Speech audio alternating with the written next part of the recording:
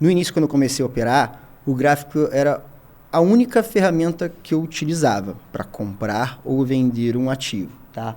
Estamos falando em 2006, 2007. Cara, e funcionava, era impressionante. E não tinha nenhum indicador. Não tinha algumas coisas. Eu já colocava, nessa época eu colocava alguma coisa de média móvel, mas eu sempre avaliei sempre suporte e resistência em linhas horizontais.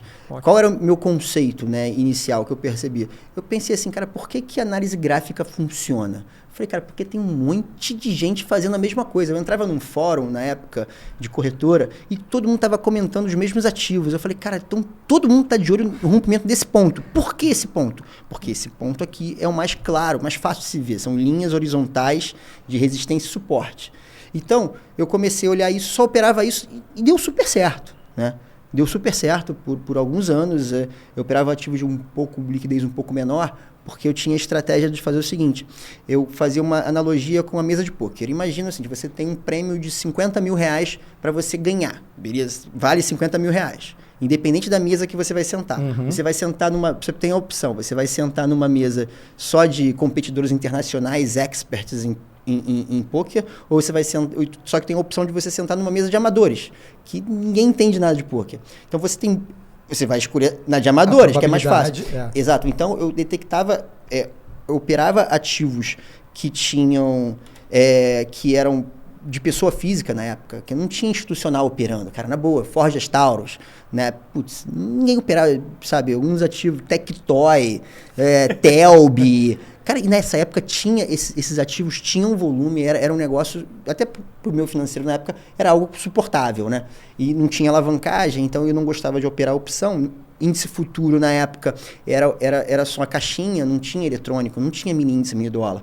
Então, eu operava esses ativos com sempre um gráfico diário, linhas de suporte e resistência. Aqui, por exemplo, uma coisa que chama muita atenção, para olhar um gráfico desse aqui, são linhas assim, ó. Ó, tá vendo? 2 pontos que batem no mesmo tempo. Quando rompe, putz, você tem um ponto que todo mundo tá olhando. É fácil ver esse ponto aqui.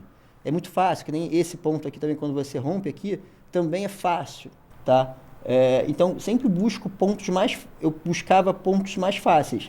E ainda faço isso, tá, pessoal? Só que o ponto seguinte, Márcio e Scott, cara, hoje em dia eu já entendo que não é só isso que move o mercado. Eu tento identificar outros fatores que fazem os ativos se moverem, né? Recomendação de corretoras, gringas, por exemplo, relatórios, leio muito relatório, opinião de pessoas que eu acredito pelo Twitter mesmo.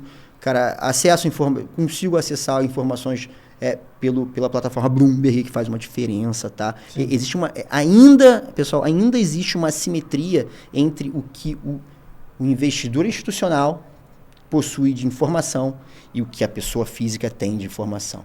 Então, assim, acho que a gente aqui, agora, deixando de falar como Daniel Trader, como o Daniel do lado da Nomos, a gente aqui tenta pegar quanto mais informações a gente tem que o institucional tem, que pessoa física não tem, a gente consegue oferecer isso, sabe? Isso são diferenciais, isso é um caminho que eu vejo de empreendedorismo, digamos assim. Oferecendo isso, eu tenho um diferencial, faço o cliente operar conosco, são diferenciais e dá mais chances para eles. Eu acho que quando você corrige essa simetria de informação, você consegue ter mais chances no mercado. Não, e é bom ele tocar nesse assunto, porque assim, tem muito traders, né, que hoje eu vou operar. Senta aqui, abre o gráfico e já sai operando.